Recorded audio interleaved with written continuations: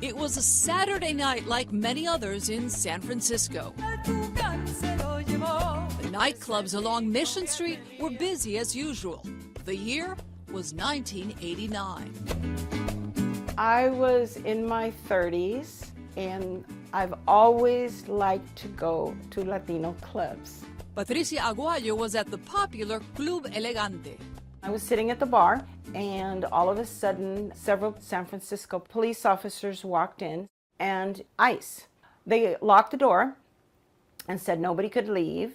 Who was to ever think that this was going to turn into a deportation?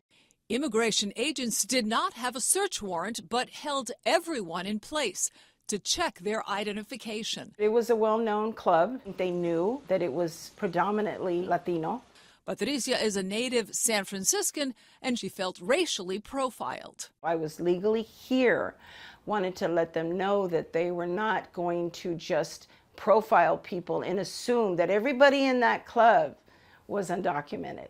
Patricia and the ACLU filed a class action lawsuit claiming their constitutional rights were violated.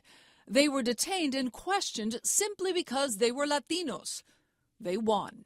When I came out of that immigration raid, I was stunned. Just because I look this way, I'm going to be profiled and stopped. The incident led to an expansion of the city's sanctuary policies, forbidding local law enforcement from cooperating with immigration agents.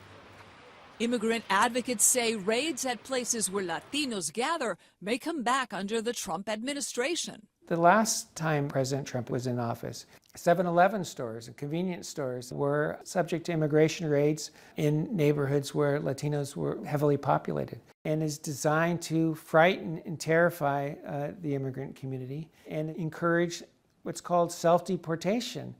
The United States has had 2 previous mass deportations of primarily Mexican immigrants in the last 100 years.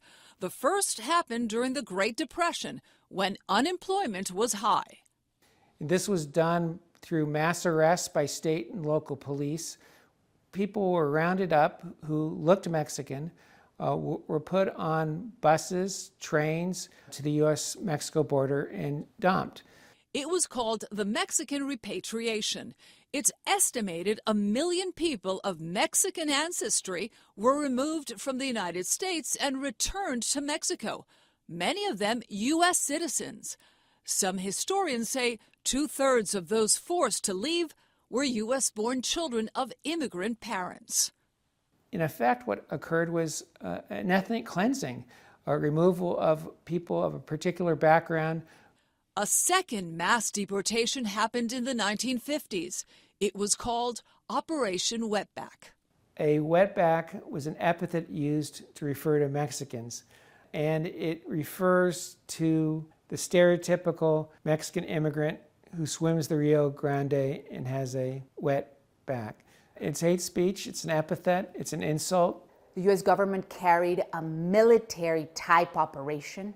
Immigration officials went to job sites and deported immigrants who were caught there, went to schools and deported immigrants who were caught there. Their family members often didn't know where those people had been sent, what had happened to them. And just like the mass deportation of the 1930s, many of those deported were U.S. citizens. They couldn't leave their children in the United States by themselves, so they were forced to take them with them.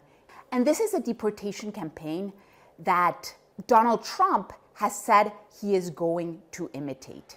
On day one, I will launch the largest deportation program in American history. The Trump administration says its mass deportation will first target those immigrants with criminal records. Prioritizing the people who pose the most danger and removing those people, that's certainly going to happen, but it doesn't mean that they're going to just turn a blind eye to everybody else. There's still border patrol. 2 weeks before Trump's inauguration day, immigration agents conducted raids in Kern County, targeting immigrants with criminal records.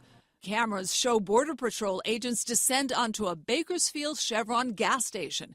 Agents lingered and questioned Latino customers. Children born in the United States with undocumented parents could again be caught in the net. You better start packing now. Tom Homan has said that there's no reason why people have to be separated from their families. They can make a choice. It is their choice to either, go home with their entire family or leave the parts of their family that are citizens. Enforcing laws breaks up families all the time. You send somebody to prison, you're breaking up a family. And it's a consequence of what the individual did. We had citizen children who were in effect deported with their parents and were in effect told, even though you're a citizen, you're not a citizen like white Americans. It had a tremendous impact on the sense of belonging of people of Mexican ancestry, and it lingers to this day. Leanne Melendez, ABC 7 News.